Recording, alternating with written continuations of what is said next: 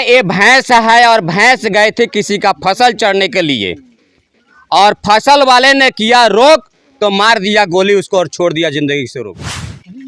कांटा लिए थे 3-4 आदमी, 2-3 फायरिंग किए, हवाई फायरिंग। उसके बाद छोटलाल यादव ने उसको पीठ में गोली मार दिया। जब तक बिहार में गाना आया था कि आइए ना बिहार में और कांटा मारेंगे कपार में, ताकि छोटे जब था तो हम उसको कंधे पे झूला झुलाते थे, लेकिन आज उसको गोलियों से अपराधियों ने मार दिया तो हम उसका पार्थिव शरीर आज कंधे पे उठाए हुए हैं। पापा हैं और ऐसे आप समझिए कि आप ही एक पिता हैं, क्योंकि 3 बच्चे अनाथ हो गए इस समय दूसरा इसको कुछ नहीं है और कोई दिखने वाला नहीं है। सूरज और चांद आप ही हैं, आपके सिवा उसके पास सिर्फ अंधेरा ही अंधेरा है। भैंस है और भैंस गए थे किसी का फसल चढ़ने के लिए और फसल वाले ने किया रोक तो मार दिया गोली उसको और छोड़ दिया जिंदगी से रोक। मैं आपको बताता हूं कि डुमनी महानवा कोनवा गांव वार्ड नंबर 2 का एक घटना है कि भैंस के लेकर यहां पे गोली चला हुआ है। पहले झगड़ा होता है खेत में और खेत में से बाद में आके गांव में लोगों ने उसे छुड़ा देता है और छुड़ाने के बाद में अपने अपने घर चले जाते हैं। फिर दूसरे रोज विश्वकर्मा पूजा रहता है, रामकृत जी जाते हैं विश्वकर्मा भगवान के पूजा करने के लिए दुकान में अगरबत्ती खरीदने के लिए। तो अगरबत्ती खरीदने के लिए जाते हैं, तब तक वहां पे सातिर बैठा हुआ रहता है कि कब रामकृत जी यहाँ पे पहुंचेंगे। जैसे दुश्मन के सामने पड़ते हैं, कहीं ना कहीं छिप के वो तैयार था कि रामकृत जी आएंगे, हम उसको गोली मारेंगे। तो मैं वीडियो के माध्यम से यहाँ के पब्लिकों के बात बताऊंगा कि कैसे गोली मारा हुआ है। फिर पहले हम उनके भाई से मिलते हैं जो शिक्षक हैं, उन्हीं से बात हम करेंगे कि आपका क्या नाम है? रामेश्वर प्रसाद यादव। अच्छा, रामकृत यादव जी आपका भाई हैं? हाँ, छोटा भाई। छोटा भाई हैं। आपके भाई के गोली कैसे मारा गया और क्यों मारा गया और कब मारा गया? करीब 8 बजे। 8 बजे। अच्छा, 8 बजे गोली मारा गया, क्यों मारा गया? उस दिन तक कोई विवाद नहीं था। वो खाना खा कर मैंने खाना नहीं खाया था, मैंने प्रसादी लेकर घर रखकर दुकान में अगरबत्ती खरीदने जा रहा था। दुकान के सामने जो हरेंद्र यादव का घर है उसी में सब लोग छुपा हुआ था। जैसे ही दुकान के सामने गया, मैंने उनके घर के सामने पीछे से उन लोगों ने गोली मार दिया और सब लोग मिलकर उसको पहले धापल मुक्का गिराने लगा और 2 आदमी जो कांटा लिए थे, 3-4 आदमी, 2-3 फायरिंग किए, हवाई फायरिंग। उसके बाद छोटलाल यादव ने उसको पीठ में गोली मार दिया। जब तक हम पीछे थे, 10-20 कदम पीछे इनके थे हम, तब तक चिल्लाने लगे। उसके बाद वो लोग फायरिंग करने लगे। उसके बाद हम लोग ने इनको बिटोर कर मझवलिया हॉस्पिटल में गए, वहाँ डॉक्टर। मैं एक बात बता दो कि एक बिहार में गाना आया था कि आइए ना बिहार में और कांटा मारेंगे कपार में, तो देखने के लिए यहाँ मिल रहा है कि गोली दिन दहाड़े मारा गया है। कहाँ पे? सीने पे, पेट में? नहीं, बैक साइड यहाँ मारा गया है। पीठ से? हाँ, पीछे से मरबे किया है। तो मझौलिया पहुंचा था, क्या हुआ? डॉक्टरों ने वहाँ से रेफर कर दिया बेतिया जाने के बाद वहाँ मृत घोषित डॉक्टरों ने, चिकित्सकों ने कर दिया। उसके बाद में क्या हुआ? क्या हुआ, वहाँ एक्सरा हुआ, पोस्टमार्टम हुआ, तब हम लोग घर लेकर आए। प्रशासन ने क्या कहा? प्रशासन तो सब लोग, डीएसपी साहब थे, सब पूरा फोर्स था यहाँ, आए हुए थे डीएसपी साहब, बड़ा बाबू, सब लोग।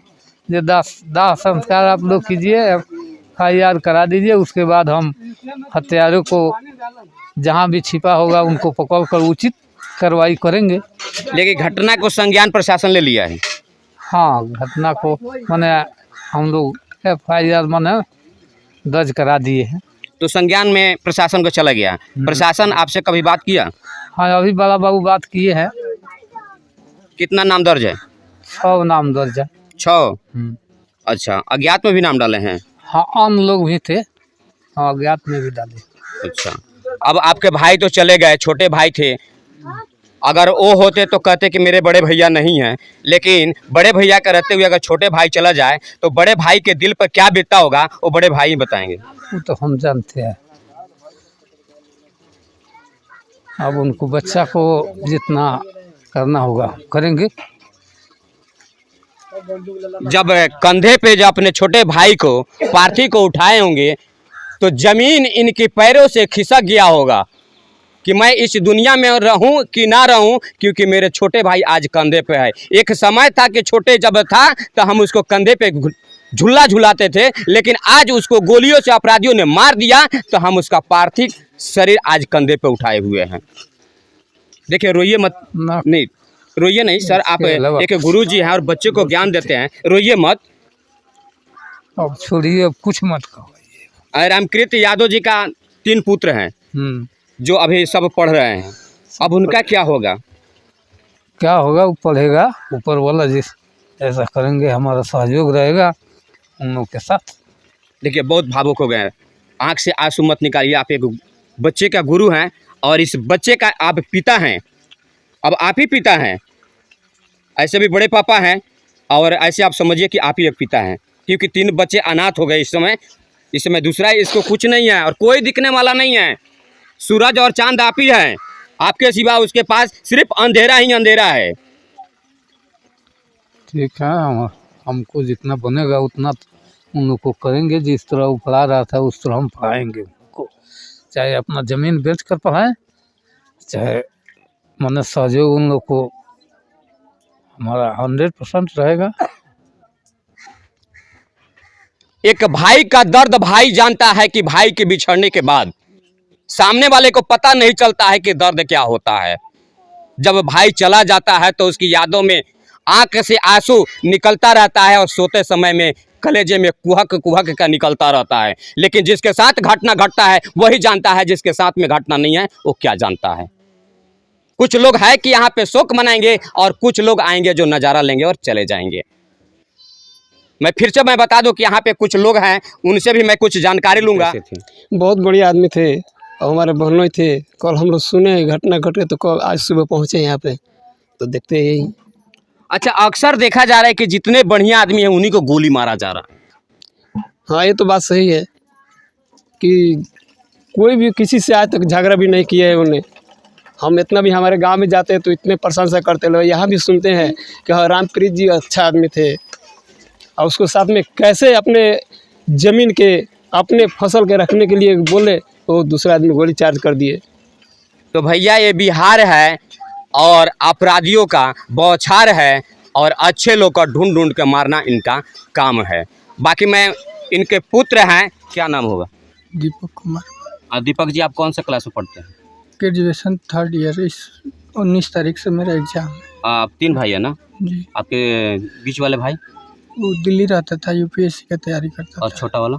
पटना रहता था, सीजीएल का तैयारी करता था। अच्छा, तो आज आपके ऊपर तो इतना बड़ा पहाड़ टूट गया कि उस पहाड़ का हम अगर वजन बताए तो समझिए कि एक पृथ्वी की एक तरफ रख दिया जाए और अभी के पीरियड में आपका दर्द रख दिया जाए तो एक बराबर हो जाएगा।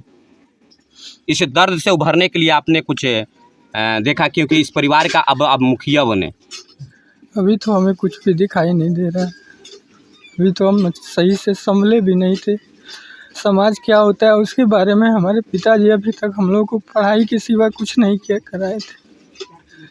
केवल बोलते थे कि पढ़ के मेरा नाम रोशन करो, आगे बढ़ो। सब हम लोग को बस इतना ही वो लोग हमारे पिताजी सिखाए थे, दूसरों का सम्मान करना। खुद सम्मान करते करते दुनिया छोड़ के चले गए। देखिए रोइए नहीं, आप धैर्य रखिए और धैर्य रखने ही आपका अब शक्ति बनेगा और शक्ति के साथ में ही आप काबू प्राप्त कीजिए, क्योंकि आपके भी छोटे 2 भाई हैं और उसको देखने के लिए आप ही हैं, लेकिन आपको देखने के लिए अभी आपके बड़े पापा हैं। वो शिक्षक हैं और बच्चों का गुरुजी हैं और उनको पता है कि बच्चे को कैसे पालना है।